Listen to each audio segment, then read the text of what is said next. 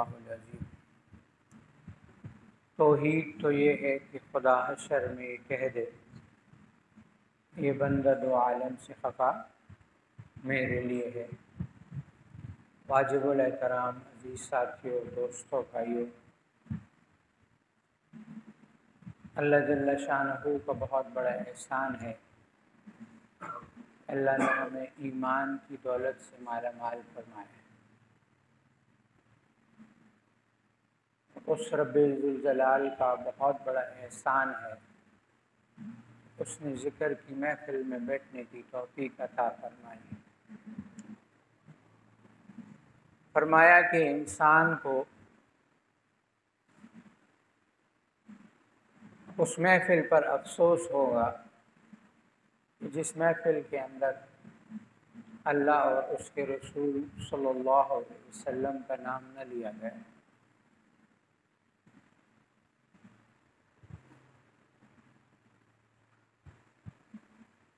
اور جو محفل ہوئی اللہ اور اس کے رسول کے نام کی تو اس کی کیا ہی بات۔ اور فرمایا کہ جنت میں جنتی کو بھی کوئی افسوس نہیں ہوگا سوائے ایک بات کے کہ جو گھڑی، جو وقت، جو لمحہ اللہ کی یاد کے بغیر گزرا۔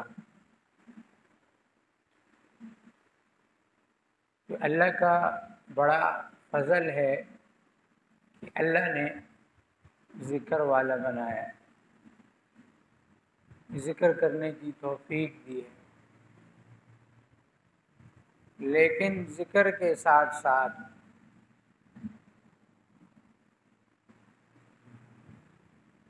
ہمیں اپنی اصلاح بھی کرنی۔ کیا کرنی؟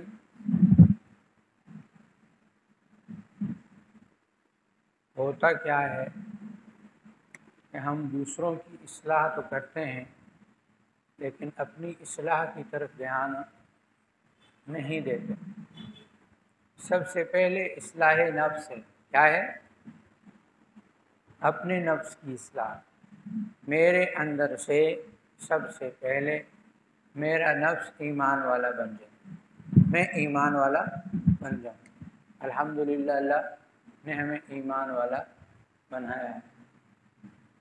پھر میرے عقائد درست ہو جائیں۔ کیا ہو جائیں؟ عقائد درست ہو جائیں۔ میں ایمان لایا کس پر؟ اللہ پر، فرشتوں پر، کتابوں پر، انبیاء پر۔ ایک چیز میں زیادہ لوگ پھنسے۔ کون سی چیز؟ تقدیر کے اندر۔ تقدیر اچھی بھی اللہ کی طرف سے ہے اور بری بھی اللہ کی طرف سے۔ اکثر سننے میں ملتا ہے، آپ احباب بھی سنتے ہوں گے، کاش میں ایسا نہ کرتا تو یہ نہ ہوتا، کاش میں یوں نہ کرتا تو یوں ہوتا۔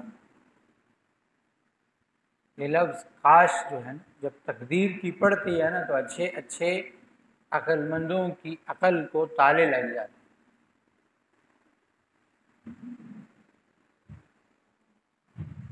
وہ کام جس کے ذریعے سے کام بننا ہوتا ہے وہ کام بنتا ہی نہیں، بلکہ بنے بنائے کام کیا ہو جاتے ہیں؟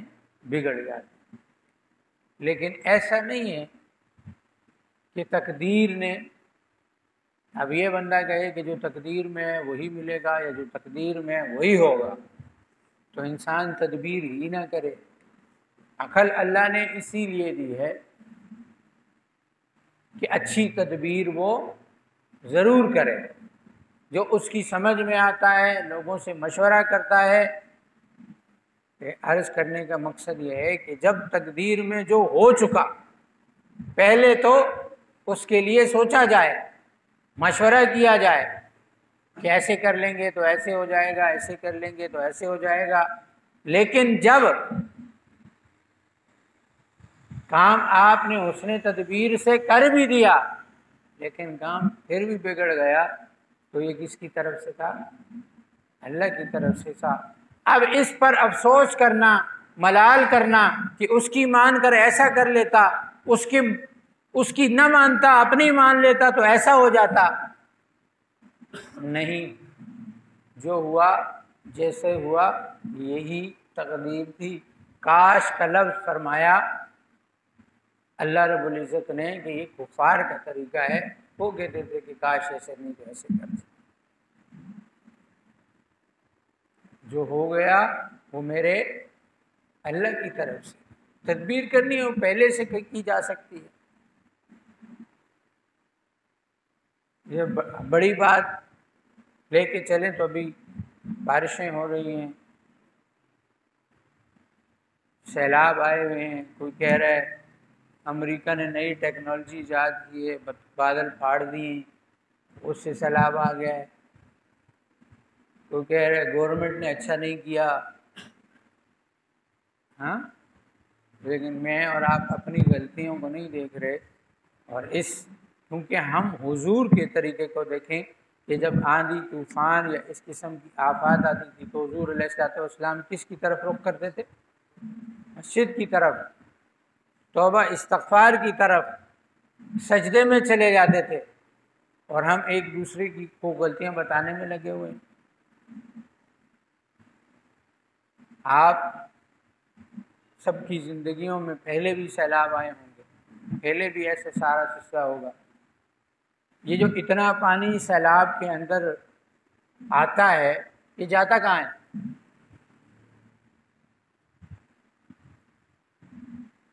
اس کو جہاں سے شروع ہوا تو اینڈ میں کہیں جانا بھی چاہیے نا، وہاں اکٹھا ہو جائے، ہونا چاہیے کہ نہیں ہونا چاہیے، لیکن وہ پانی سمجھ ہی نہیں آتی کہاں چلا جاتا ہے۔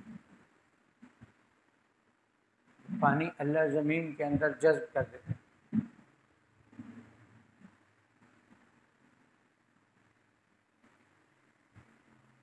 عرض کرنے کا مقصد یہ ہے کہ آفات یا بری تقدیر یا کچھ برا ہو جانا، اب اللہ سے اپنے گناہوں کی معافی مانگنا ہے کہ میرے اوپر جو آفت، میرے اوپر جو مسئلہ آیا ہے یہ من جانب اللہ ہے، اس میں میری غلطی ہو سکتی ہے، میں نے اللہ سے اتنا نہیں مانگا، میں نے اللہ سے استغفار نہیں کیا، میں نے اللہ کا قرب حاصل نہیں کیا۔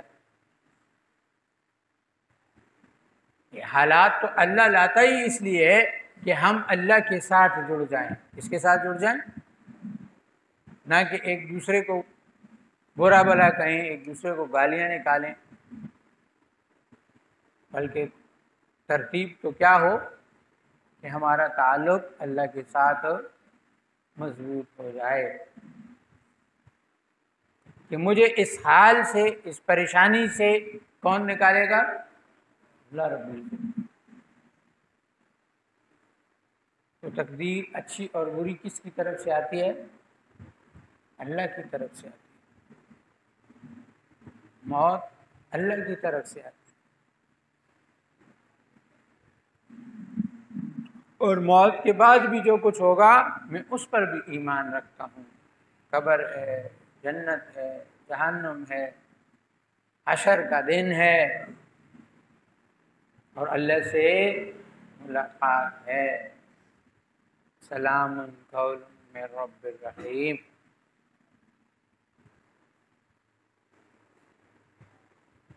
فرمایا نا کہ یہ جو بار بار ایک ہی قسم کے بیانات اور بار بار ایک ہی قسم کی بات یہ کیوں کی جاتی ہے؟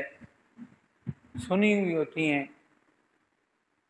لیکن کی اس لیے جاتی ہے، میں اس لیے کرتا ہوں کہ میرا ایمان مضبوط ہو جائے، میں اس لیے کرتا ہوں کہ میرے عمل میں یہ بات آ جائے، میرے نفس کو پتہ چل جائے کہ یہ کرنا ہے۔ آپ لوگوں کے لیے تو اطلاع ہے، کریں گے کریں گے، نہیں کریں گے تو نہیں کریں گے، آپ لوگوں کو چلا تو نہیں سکتا، آپ لوگوں کے دل میں بات اتار تو نہیں سکتا، آپ کے لیے تو اطلاع ہے بھائی یہ راستہ ٹھیک ہے، یہ راستہ غلط ہے، میری جو بات اچھی لگے وہ اللہ کی طرف سے ہے، اس پر عمل کریں، میری جو بات بری لگتی ہے وہ میری نفس کی غلطی ہے، اس کو چھوڑ دیں۔ علم تو انسان کہیں سے بھی لے سکتا ہے، علم حاصل کرنا حضور علیہ الصلوۃ والسلام نے کیا فرمایا؟ علم حاصل کرو ماں کی گود سے لے کر قبر تک۔ تو کسی نے کہا نا کہ سچائی کے پردے میں سے چھان دو، جو بات سمجھ میں آئے۔ پھر اسی طریقے سے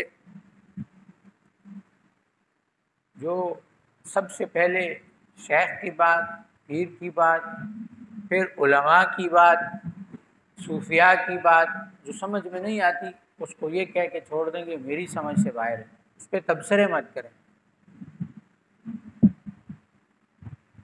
اس پر تبصرے مت کریں۔ جب کبھی کسی کا کوئی بندہ بیمار ہوتا ہے نا تو کیا کہتے ہیں کہ اچھا ڈاکٹر کون سا ہے؟ اچھے سے مراد کیا ہوتی ہے؟ جو ماہر ہو، جس کو کام کی، جس کو علاج کی سمجھ۔ دین کے معاملے میں آ کر ہم وہ کیا کہتے ہیں، سادے اور بیوقوف بن جاتے ہیں۔ کس سے سیکھے جی؟ کوئی مولوی کیا کہتا ہے، کوئی کیا کہتا ہے، بس ایک کے پیچھے چل پڑے ہیں۔ جب اس پر چل پڑے ہیں تو پھر جو بات اس کی سمجھ میں نہیں آ رہی، ہو سکتا ہے اس نے کس لیے کیا، مجھے کیا ضرورت ہے اس پہ کرنے کی، میں تو پھر کیا کہتے ہیں جی، حق بات کہنا جو ہے نا وہ وقت کے حاکم کے سامنے کہنا حق ہے۔ حاکم کے سامنے جا کے کون، ادھر جا کے ادھر کہنے سے کوئی حاکم تبدیل ہونے والا نہیں ہے۔ پہلے اس بات کی پوری تحقیق کریں، جو یہ جو بات ہے اور مجھے جو سمجھ میں آ رہی ہے، جس عالم نے جو بات کی ہے وہ میری سمجھ میں آ رہی ہے، ہو سکتا ہے اس کا کوئی ایسا پہلو ہو جو میری سمجھ میں نہ آتا۔ ہر کسی سے بحث کرنا ضروری نہیں، دونوں غلط ہو جاتے ہیں، ادھر والا بھی ادھر، علم اس کو بھی نہیں ہے اس کو بھی نہیں ہے، خواہ بحث شروع ہو جاتی۔ یہ کہاں سے ثابت ہے، وہ کہاں سے ثابت ہے، یہ کیسے ہو رہا ہے، وہ کیسے ہو رہا ہے، چھوڑ دو بھائی، بس اپنا اللہ اللہ کرو۔ ذکر تو ثابت ہے نا، اور نہ ذکر کی کوئی ترتیب فرمائی گئی ہے، بس اللہ کے حبیب صلی اللہ علیہ وسلم نے فرمایا کہ ذکر ایسے کرو کہ تمہاری زبان ذکر سے رطب اللسان ہو جائے۔ اللہ رب العزت نے فرمایا اللہ کا ذکر ایسے کرو جیسے تم اپنے آباء و اجداد کا کرتے ہو۔ میرا ابا جی فلاں تھا، میرا دادا جی فلاں تھا، لوگوں کو فخر سے بتا رہا ہوتا ہے نا۔ جہاں بیٹھتا ہے اپنی خاندان کی، اپنے بڑوں کی بات کر۔ اللہ نے فرمایا کہ ذکر کرنے والا تو ہر وقت اللہ کا ذکر کر رہا ہے، اللہ کی بڑائی بیان کر رہا ہے، اللہ اکبر، الحمدللہ، سبحان اللہ، بسم اللہ، فخر سے محسوس ہو، اللہ کا ذکر کرتے ہوئے فخر محسوس کرو کہ اللہ کا ذکر کر رہا ہوں۔ اللہ کا شکر ادا کرو کہ اللہ نے ذکر والی زبان ادا کی۔ وہ اکثر لوگوں کو دیکھا ہے نا، وہ کوئی الٹا کام کر رہے ہو نا تو ان کو روکو نا تو کہتے ہیں کیوں تو ماما لگنا، میں جانا میری مرضی۔ تو آسان سوال ہے اس میں بھی، جب کو کہنا کہ یہ کیوں اتنا کرے، بولو میں جانوں میری مرضی، اللہ کا ذکر ہے، تمہیں کرنا ہے کرو، نہیں کرنا نہیں کرو۔ مسلمان ہو کے تم پوچھ رہے ہو اللہ کا ذکر کہاں سے ثابت ہے؟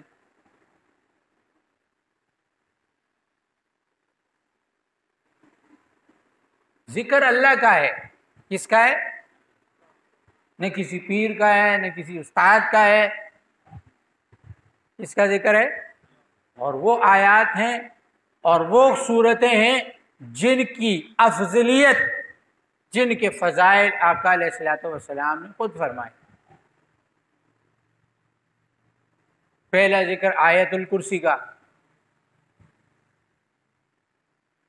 فرمایا شیطان 2 دفعہ رویا۔ یہی ہے نا وہ آیت الکرسی کے نازل ہونے پر، آیت الکرسی تھی، آمن الرسول تھی، تو جب یہ نازل ہوئی تو شیطان نے اپنے سر میں مٹی ڈالی، اللہ کمی بیشی معاف فرمائے۔ اور حضور علیہ الصلوۃ والسلام نے فرمایا، وہ صحابی رسول صلی اللہ علیہ وسلم والا پورا قصہ، کہ جس پر یہ آیت الکرسی پڑھ دی جائے، اس چیز پر نہ وہ چیز چوری ہوتی ہے، نہ شیطان اس کو لے کے جا سکتا۔ اور ہمارے اس میں پہلا یہ حفاظت کے لیے یہی دیا جاتا ہے۔ اکثر مفسرین محدثین کا فرمانا یہ ہے کہ بسم اللہ اس میں اعظم ہے۔ ہمارے سلسلے میں سب سے زیادہ کیا پڑھا جاتا ہے؟ بسم اللہ پڑھی جاتی ہے۔ سورہ یاسین قرآن کا دل ہے۔ سورہ ملک قبر میں راحت دے۔ سورہ کاف دجال سے، اور میں یہ کہتا ہوں اللہ کمی بیشی معاف فرمائے، جو سورہ کاف دجال کا جادو کاٹے گی، اس کے سامنے یہ چھوٹے موٹے دجالوں کا جادو کیا ہوگا؟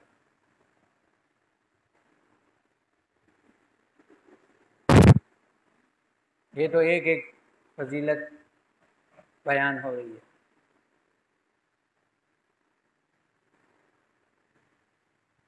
کہ جو آپ لوگ پیچھے پیچھے بھاگتے ہو نا، فلانا چلہ فلانا چلہ فلانا، خالی اس فیوز نور کو پکڑ لو، کسی چلے کی ضرورت نہیں پڑے گی، باقی چلے کر کر کے چلم چلی ہو جاؤ گی۔ ہم نے پہلے کیے ہیں، پھر ادھر آئے ہیں، اس لیے ہمیں اندازہ ہے۔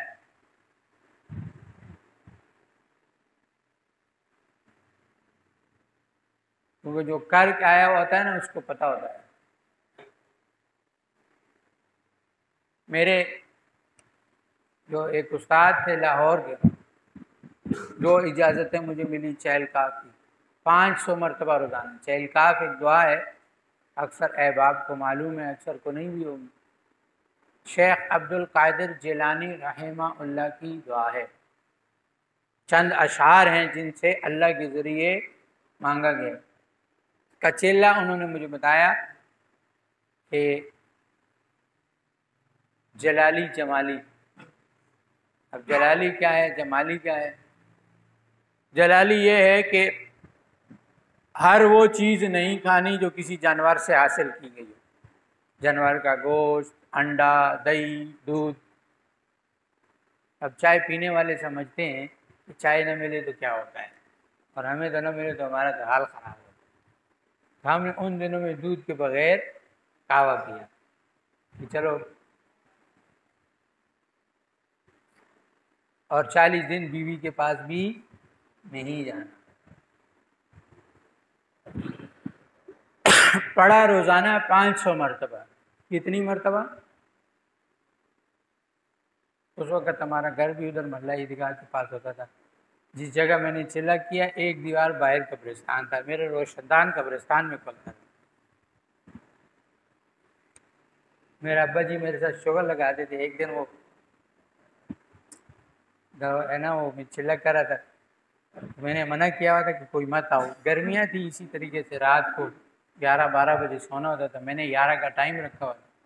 ابا جی ایک دن لیٹ آئے، وقاص کے لگے وہ اندر کوئی چلہ ولہ کر رہا ہے، تو انہوں نے کہا اندر مت جاؤ۔ لیکن کیوں، کوئی جن شن نظر آ جائے گا؟ میں جنوں سے نہیں ڈرتا، اندر گھس آئیں گے۔ عرض جو کر رہا ہوں کہ وہ 500 مرتبہ روزانہ پڑھا 40 دن تک، لیکن اس کا اتنا فائدہ نہیں ہوا جتنا حضرت نے ایک دن کہا کہ 1100 مرتبہ پڑھنا ہے، تو اس کی اصل ترتیب ہے۔ اور وہ ہمارے شیخ کو حضرت شیخ عبد القادر جیلانی رحمہ اللہ نے خواب میں بتلایا، خود انہوں نے بتایا جس کو ایسی ترتیب سے پڑھو۔ اب جس کی چیز ہے اس کو تو پتہ ہے نا کہ یہ اس فائدہ کیسے جاتا ہے۔ انہوں نے خود خواب میں سکھلایا ہے، الفاظ بھی سکھلائے۔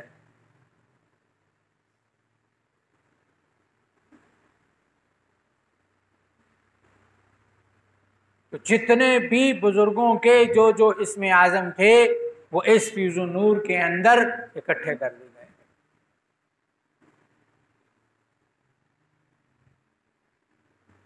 اس فیض النور کے اندر نا ایک درود ہے، کیا ہے؟ ایک درود ہے، اور اس درود کو چھپانے کے لیے، اس درود کو چھپانے کے لیے پوری ایک کتاب لکھی گئی۔ بولے کیا ہو ذرا کتاب ادھر،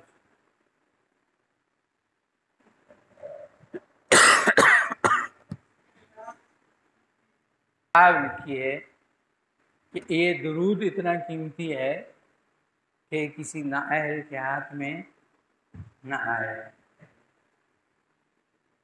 وہ کتاب کا نام کیا ہے؟ درود والی میرے ذہن سے نکل گیا، وہ درود والی دلائل الخیرات۔ دلائل الخیرات کے اندر اس درود کو لکھا ہے حضرت نے، اور ہمارے حضرت نے اس کو فیض و نور میں لکھ دیا ہے۔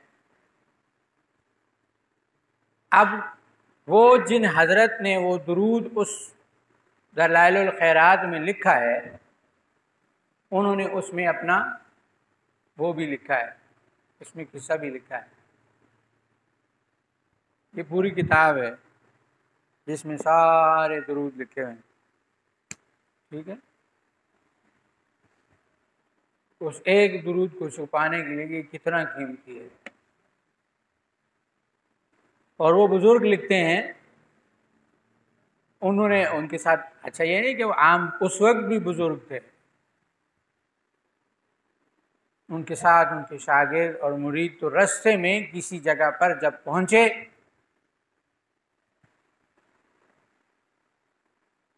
تو وہاں پہ کنواں موجود تھا، اور کنویں سے پانی نکالنے کے لیے لوٹا موجود نہیں تھا۔ پریشان ہو کے ادھر ادھر دیکھ رہے تھے کہ کنویں سے پانی کیسے نکالیں۔ تو ایک بچی آئی، اس نے پوچھا حضرت کیوں پریشان ہے؟ پانی کے لیے ڈول چاہیے، اگر تمہارے پاس ہے تو لا دو۔ انہوں نے کہا ایسی بات ہے، کچھ پڑا پھونک ماری، پانی اوپر آ کے لے وضو کر لیں۔ وہ بڑے حیران ہوئے، آگے پیچھے گزرتے ہوئے دیکھا کرو نا، لاتے مار رہے، کندھوں کے اوپر سے نہیں جائے گا، تصویریں ضروری ہیں۔ اچھا، تو عرض کر رہا تھا کہ وہ انہوں نے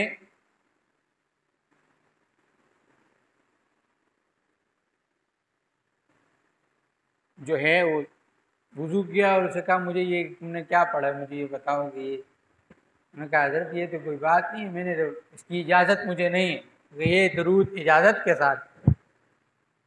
علم والا آدمی ہوتا ہے نا، علم والا، وہ قدر بھی جانتا ہے۔ وہ کیا کرتا ہے؟ تو انہوں نے کہا بچے جو چاہیے میں دوں گا، مجھے درود بھی دے اور اجازت بھی دے۔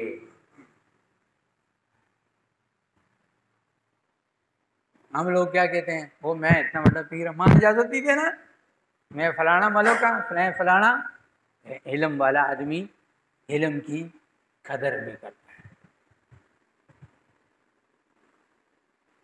انہوں نے منت سماجت کی، انہوں نے ان کو درود سکھلایا۔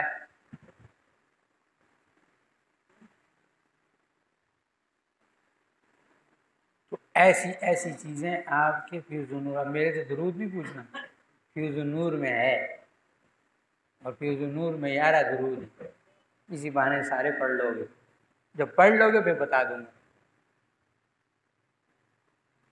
یہ بھی مشکل تو نہیں ہے نا، فیض النور کے وظیفے مشکل ہیں، 1000 2000 اور 1000۔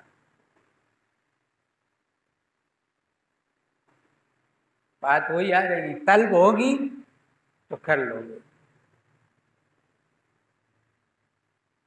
اور اللہ رب العزت اس کا فائدہ بھی بھرپور عطا کر۔ طلب نہیں ہوگی کسی چیز کی، اس کے لیے اس کے پیچھے مت بھاگ، کریں اس کو اللہ کے لیے۔ اللہ آپ کو کیا کرامت عطا فرمائے یہ اللہ کی مرضی۔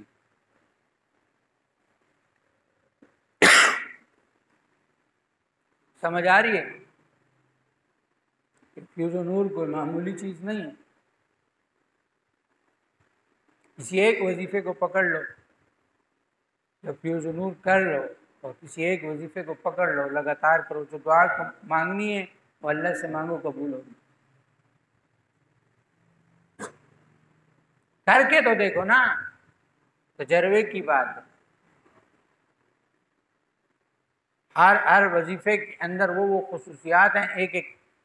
ابھی تو وہ جو شرح فیض النور جس مفتی صاحب نے لکھی ہے، انہوں نے تو وہ فضائل لکھے ہیں جو ان کے تجربے سے گزرے ہیں، یا بزرگوں کی کتابوں سے انہوں نے پکڑ کے فضائل ادھر رکھے ہیں۔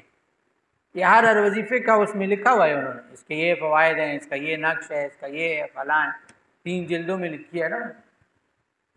اس میں احادیث، اس میں بزرگوں کے فضائل، اس میں صحابہ نے جو فضائل لکھے ہیں، وہ ساری چیزیں لکھی ہوئی ہیں۔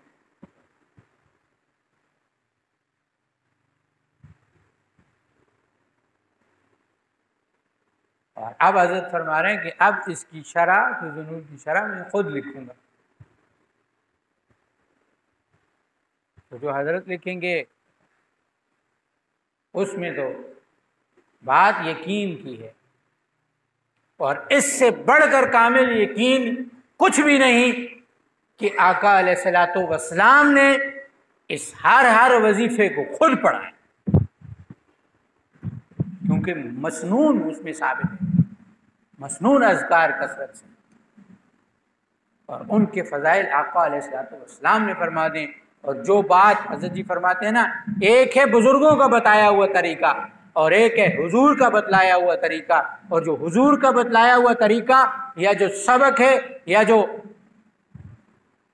طریقہ ہے وہ پتھر پہ، لیکن بات یقین کی ہے۔ جو یقین کی راہ پہ چل پڑا اسے منزلوں نے پناہ دی، جو وسوسوں میں پڑ گیا وہ قدم قدم پر بہک گیا۔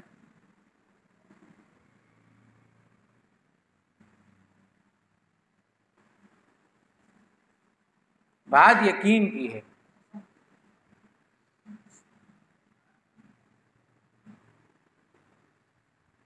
صحابہ کا یقین دیکھے نا، کہنا آسان ہے، جو وقت صحابہ نے مکہ میں گزارا، بندہ نیا نیا آتا ہے نا تو پہلے مدد آتی ہے، پھر آزمائش آتی ہے۔ صحابہ کی زندگیوں کو پڑھیں تو پھر آپ کے لیے آسان ہو جائے گا۔ وہ والی آزمائشیں تو نہیں آتی، لیکن جب ان کو اللہ نے ان کی مدد فرمائی کس کس طریقے سے اور کہاں کہاں اور کیسے کیسے، تو پھر انسان کا یقین بڑھتا ہے، کیونکہ اللہ کی مدد آج بھی ویسی ہے۔ اکثر لوگ کہتے ہیں نا کہ وہ تو بڑے لوگ تھے، ان کے ساتھ بڑی مدد آئی، تو وہ بڑے لوگ تھے تو ان کی آزمائشیں بھی بڑی تھی،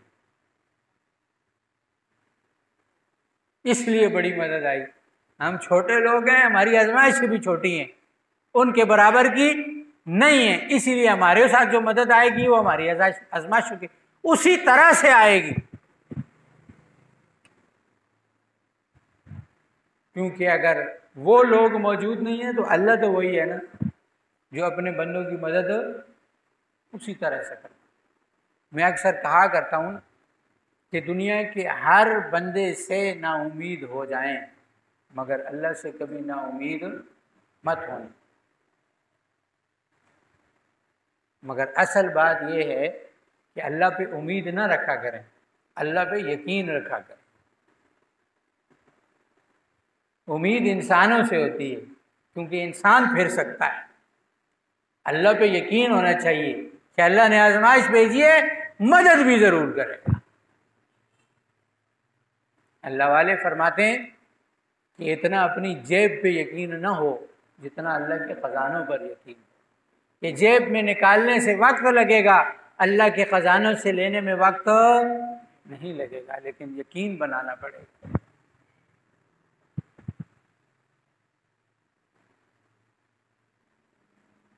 اور یہ کثرت ذکر آپ کے یقین کو مضبوط کرنے کے لیے دیا جاتا ہے۔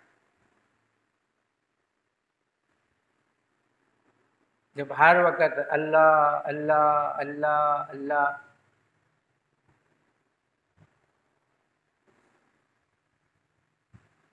ہوتا رہے گا تو اللہ دل میں بھی آ جائے گا۔ اللہ کو لانا، دنیا کے کام تو نہیں ختم ہوتے۔ ہمارے آباء و اجداد بڑے کرتے رہے، جو زندہ ہیں وہ کر رہے ہیں، جو مر گئے وہ کام ہم کر رہے ہیں، وہ دنیا سے چلے گئے۔ ہم نہیں ہوں گے، ہماری آنے والی نسلیں کریں گی، کام ہوتا رہے گا، بندہ نکل جاتا ہے۔ فائدہ وہ پہنچائے گا، عمل فائدہ اس چیز کا ہوگا جو ہم نے اللہ کے لیے کیا۔ دنیا کمانا غلط نہیں ہے۔ اللہ کے حبیب صلی اللہ علیہ وسلم نے دعا کیا سکھلائی ہے؟ ربنا آتنا فی الدنیا حسنہ۔ بعض لوگ کہتے ہیں نا اللہ سے دنیا نہیں مانگنی چاہیے، یہ اولیاء اللہ کی باتیں ہیں، یہ ایک دم سے، لیکن ایسا نہیں ہے کہ دنیا اللہ سے مانگنا جائز نہیں۔ دوسری طرف سے کہتے ہیں جوتی کا تسمہ بھی ٹوٹ جائے تو کس سے مانگو؟ جوتی کا تسمہ کیا جنت والا آئے گا؟ دنیا والا ہی آئے گا؟ دنیا اللہ سے مانگنا جو سکھایا گیا وہ یہ کہ دوسروں سے تمنا نہیں رکھنی، میرا کاروبار یہ بنائے گا، یہ مجھے پیسے دے دینا، میرا کام بن جائے گا۔ دنیا کے لوگوں پر نظر نہیں رکھنی، یقین رکھنا ہے، بھروسہ رکھنا ہے اللہ کی ذات پر، اللہ میرے کاموں کو بنائے گا۔ ربنا آتنا فی الدنیا حسنہ۔ دل میں طمع آنی شروع ہو، توبہ استغفار شروع کر دو، میری اس پر نظر کیوں گئی؟ حضرت جی فرماتے نا تیرا کام بند اس لیے ہو گیا کہ تیری نظر دنیا پہ چلی گئی، کہ دنیا مجھے بنائے گی، دنیا مجھے دے گی، یہ دے گا، فلانا لاکھ روپے دے دینا، بس پھر میرا کام پکا ہے۔ اور اللہ اس کے لاکھ کا محتاج ہے۔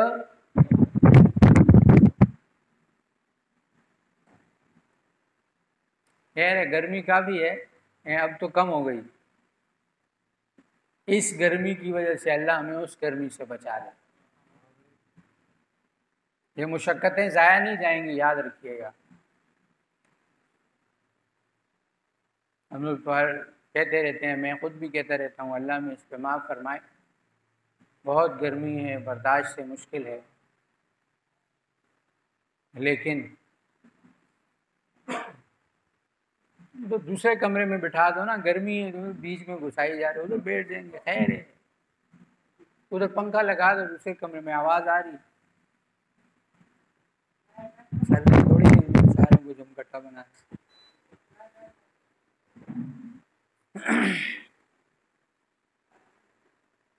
تو مانگنا کس سے ہے؟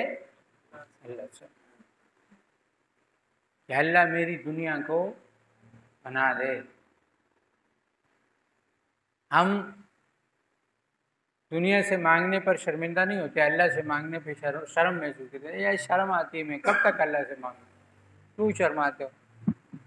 اللہ تو مانگنے پہ خوش ہوتا ہے، اللہ مانگنے پہ خوش ہوتا ہے۔ اور مانگنے کے ساتھ ساتھ تھوڑا سا نا دل کو بھی بڑا کیا کریں، اپنی حسب توفیق اللہ کی راہ میں بھی لگائے۔ اللہ کی راہ میں لگانے کا مطلب صرف یہ نہیں ہے کہ ہماری خانقاہ میں یا مدرسے میں، کسی غریب کو بھی دے سکتے ہو۔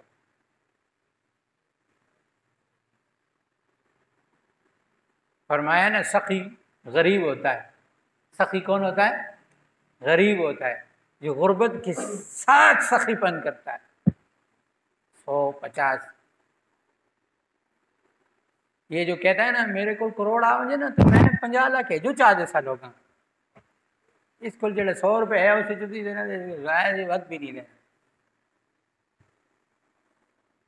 ابھی اللہ نے تم سے یہ سوال نہیں کرنا، نیت کا اجر ہوتا ہے، جس کی نیت صاف ہوگی کہ میرے پاس کروڑ ہوں گے اور میں اللہ کی راہ میں دوں گا، اس کو اس کی نیت کا اجر ملے گا،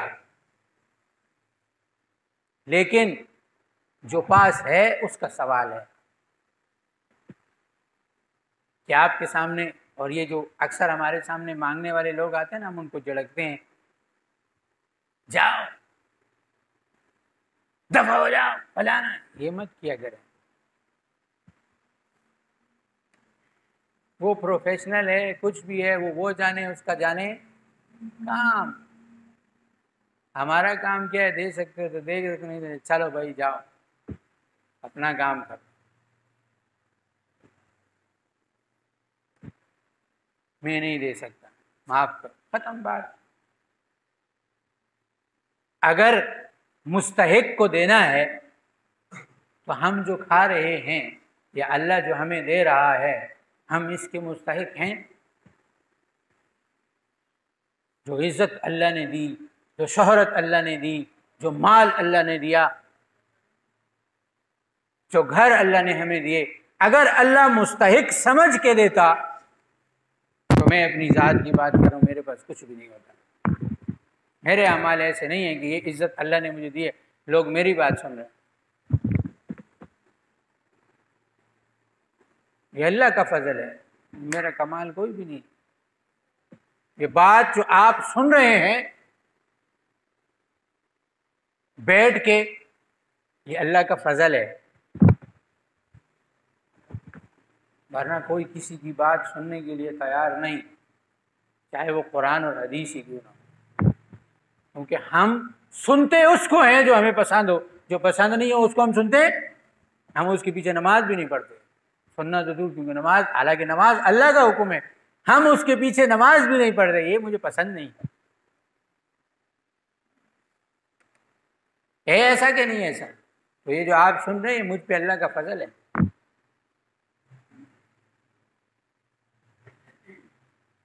تو کسی کو دھتکاریں مت، کہیں نہ کہیں غرور اور تکبر میں آ جاتا ہے کہ ہمارے پاس ہے اور ہم اس کے مستحق ہیں، اور اس کے پاس نہیں ہے، یہ اس کا مستحق نہیں.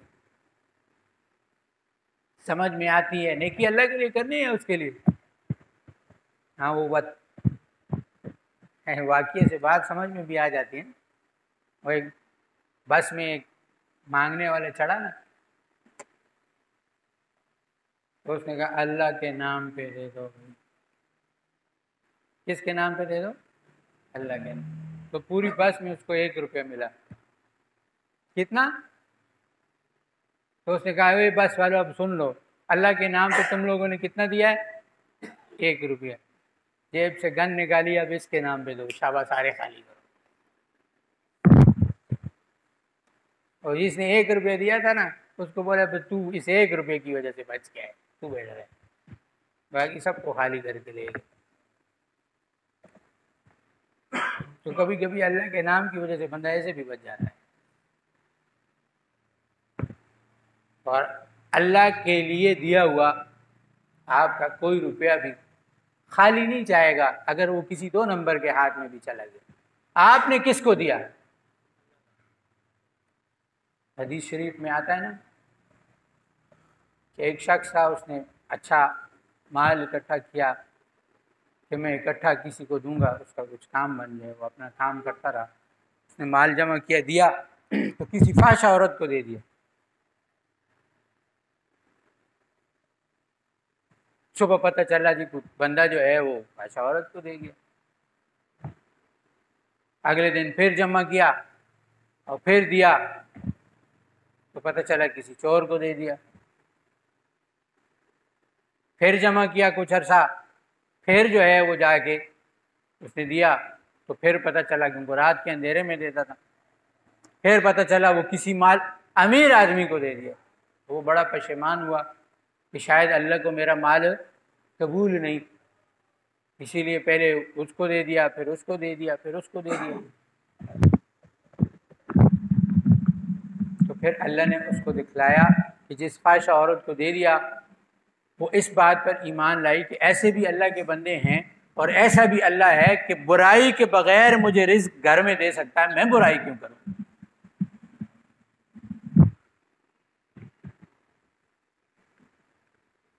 حلال مال اور خالص نیت سے باہر اگلے کے دل کو تبدیل کرتا ہے. آپ اسی نیت سے دے تو اللہ اس کو تبدیل کر دے.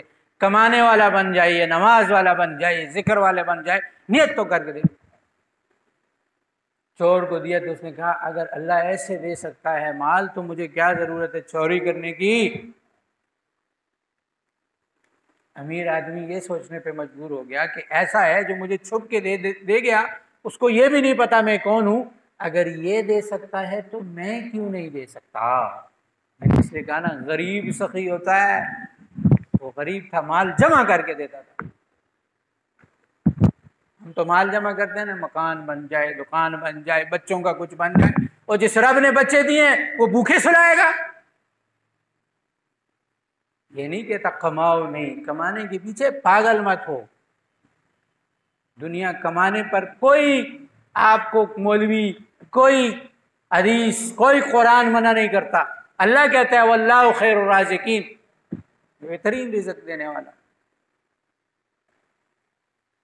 دنیا میں اتنے گم ہو نمت ہو جائیں کہ اللہ بھول جائے, رسول بھول جائے, اچھائی اور برائی کی تمیز ہی ختم ہو جائے, حلال اور حرام کی تمیز ہی ختم ہو جائے. بس یہی ہو کہ میرے بچے کھا لیں, اور اپنے بچوں کو پورا کرنے کے لیے دوسروں کا حق مارنا شروع کر دیں, بہنوں کے حصے کھانا شروع کر دیں, بیٹیوں کے حصے کھانا شروع کر دیں.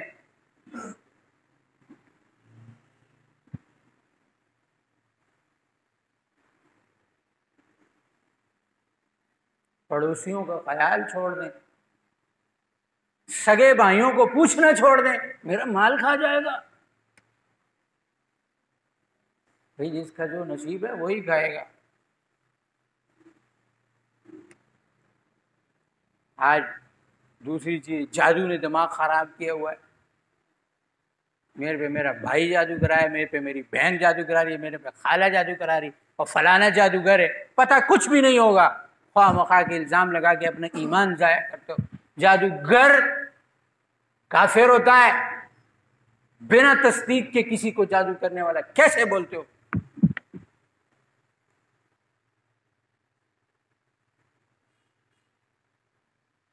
معمولی بات ہے. حضور علیہ الصلوۃ والسلام نے فرمایا جس نے کسی کو کافر کہا ثابت نہیں کر سکا تو خود کفر میں چلا گیا.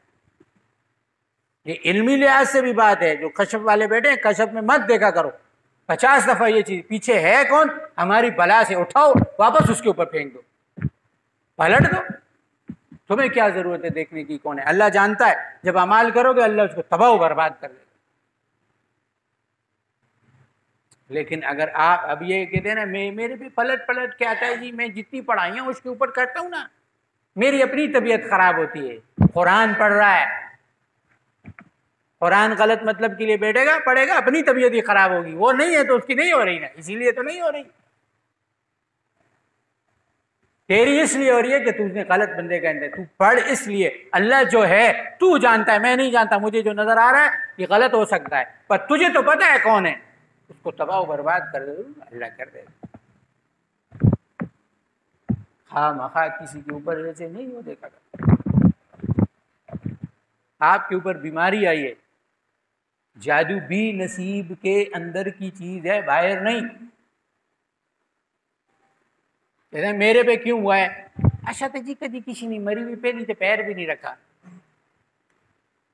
پتہ نہیں لوگ شادی پیچھے کیوں پہ بھائی خواہ مخواہ کے یہ ڈرامے بازیاں نہیں کرو گے. پہلی تو کوئی بھی پیر نہیں رکھا, جسے پتا ہوئے چلے پہلی.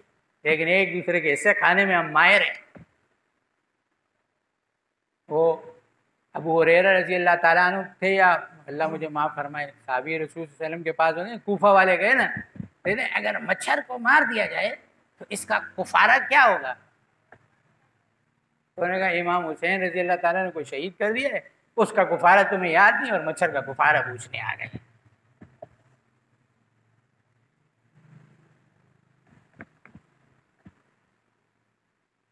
اس لیے یہ خواہ مخواہ کی جو چیزیں ہیں ان میں مت گھسیں.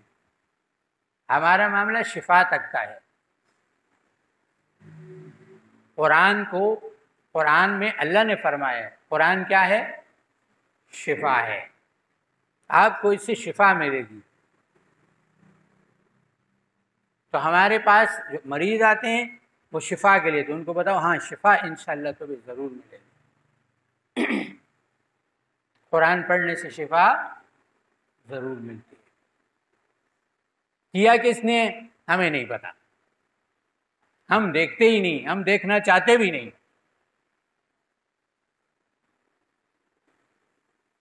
سمجھ آ رہی ہے؟ کیونکہ علم میں غلطی ہو سکتی ہے، اور غلطی کی وجہ سے آپ نے کسی ایک کو بھی کافر کہہ دیا تو پھر اپنا ایمان، تو اپنے ایمان کی میں نے پہلے عرض کیا تھا نا کہ اصلاح اپنی کرنی، کس کی کرنی؟ اپنی کرنی، دوسروں کی نہیں۔ دوسروں تک تو اطلاع ہے۔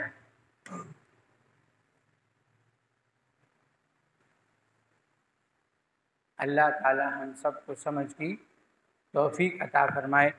آخری چیز یہ ہے کہ ہمارا سالانہ اجتماع